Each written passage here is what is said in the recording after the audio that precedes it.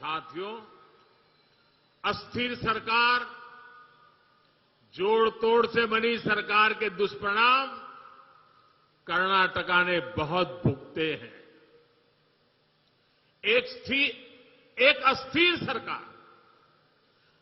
अस्थिर सरकार का फोकस लोगों की सेवा पर नहीं होता है।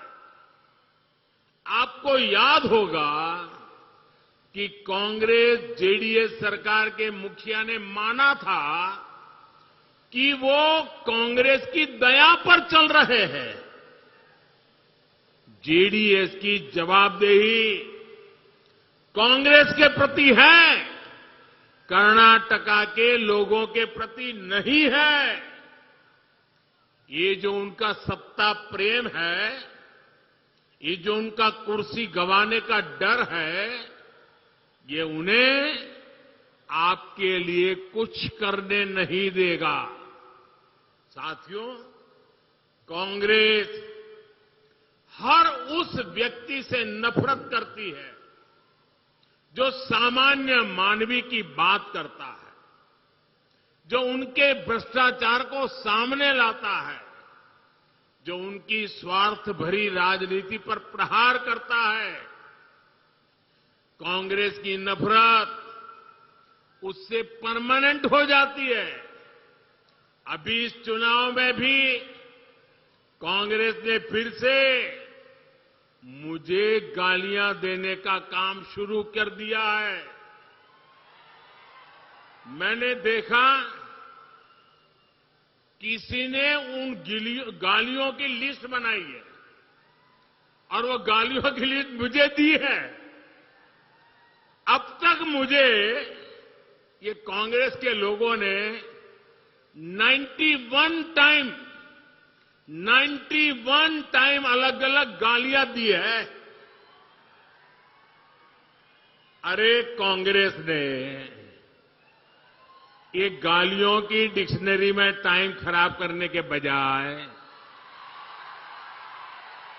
अगर इतनी मेहनत उन्होंने गुड गवर्नेंस के लिए की होती, कांग्रेस कार्यकर्ताओं का उत्साह बढ़ाने के लिए किया होता, तो आज कांग्रेस की ऐसी दुर्दशा न होती, ऐसी दयनीय स्थिति नहीं आती।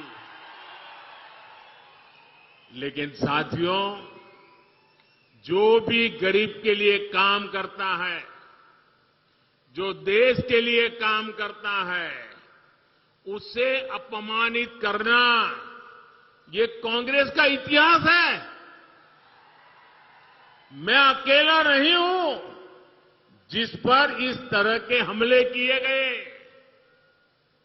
आपको मालूम है, पिछले चुनाव में चौकीदार चोर चलाया, फिर आगे बढ़ गए मोदी चोर चलाया, फिर पूरा ओबीसी समाज चोर है चलाया, और अभी तो चुनाव की शुरुआत हुई कर्नाटका में और मेरे लिंगायत भाइयों बहनों को भी चोर कहने की हिम्मत कर दी।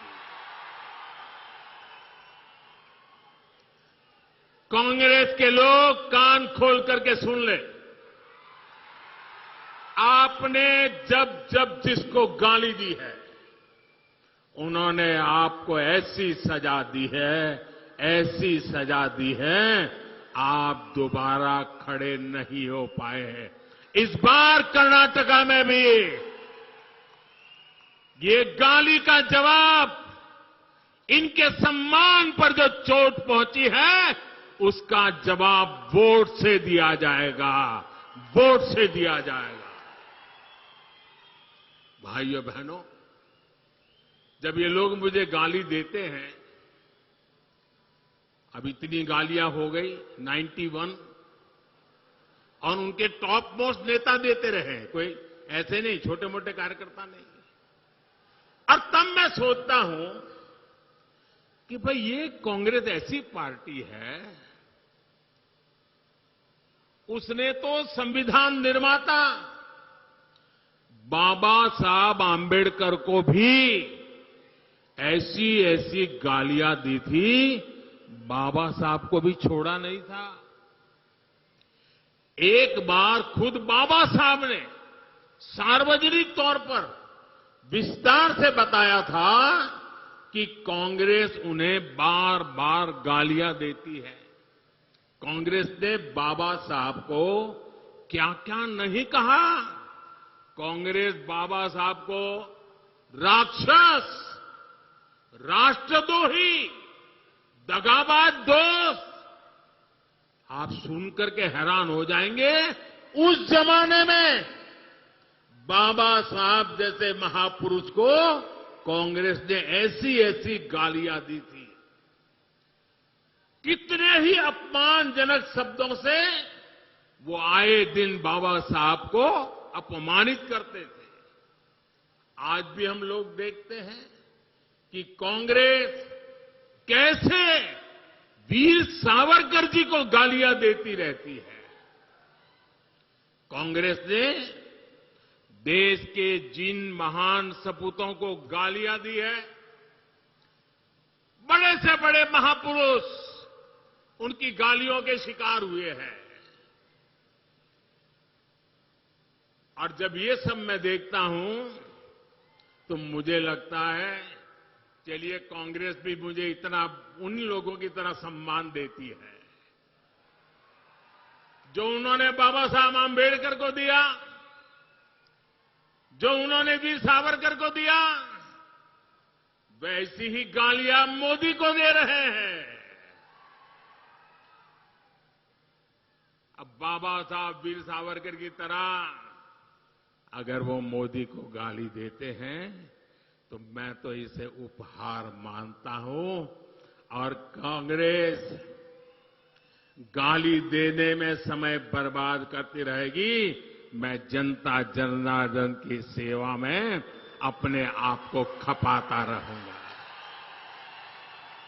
दिन रात काम करूंगा, ज्यादा काम करूंगा। आपके आशीर्वाद से सारी गालियां मिट्टी में मिल जाएगी दोस्तों, सारी गालियां मिट्टी में मिल जाएगी।